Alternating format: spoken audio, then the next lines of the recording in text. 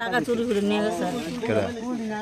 ওই তো আমরা বাড়িতে বাড়াটা তো কোন সময় নিয়েছে এটা তো করতে পারি না। আমি যে সকালবেলা বাইরের জায়গা একটা প্রাইভেট ডিউটি করি, সকাল 6টার সময় যায়, রাত্র 7টা 8টা বাজে আইতে। আমার জামাই রিক্সা চালা, আর আমার মায়ের টিউশনি গেছে, বাড়ির ভিতরে কেউ আসে না, ঘরের তালা খুলে ঘরের জিনিস কেমন না কই মনে হয় উলট পালট করছে না।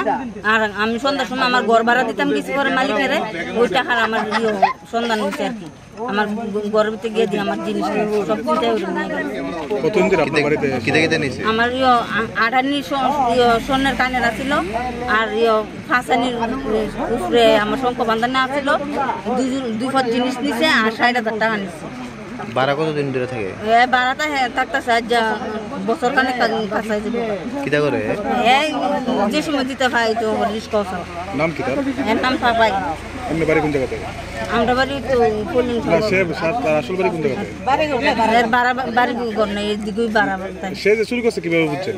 সে চুরি করছে না, আমরা এর ঘরের ভিতরে দামি দামি জিনিস পাইছি, চুল লাগাই আনছে 6,000 7,000 টাকা দিয়া। এরপরে আমার ডাউট হয়েছে, অনেক জিনিস আনছে, ঘরের ভিতরে গিটার আনছে। তারপরে আমার জামাইও গেছে ফিডা দিব তাই আবার ঘর ভাড়া ফাউন আসলে তাইরে দিব। আমার ঘর ভাড়া দিতাম গিয়ে সেটা আমি ধরা বুঝছি। আপনিও কি ভাড়া থাকে? হ্যাঁ আমিও ভাড়া থাকি একসঙ্গে, মানে এও ভাড়া তাই আমি ভাড়া থাকি। কয়টা ভাড়া আছে? উপরতলা থেকে নিচতলা থাকি। এখন কি সে স্বীকার করছে? হ্যাঁ স্বীকার করছে। এখন কি চা? হ্যাঁ এখন কি চাইতেছেন? কি চাইতেছেন এখন? এখন চাইতেছি আমি সুস্থ বিচার চাই। আমার জিনিস টাকা আমি না দিলাম ওটা ছাড়তাম, আমি পুলিশেও নিতে দিতাম। আমার এটুকু দাবি। আপনার নাম? আমার নাম শম্পা রুদ্র পাল।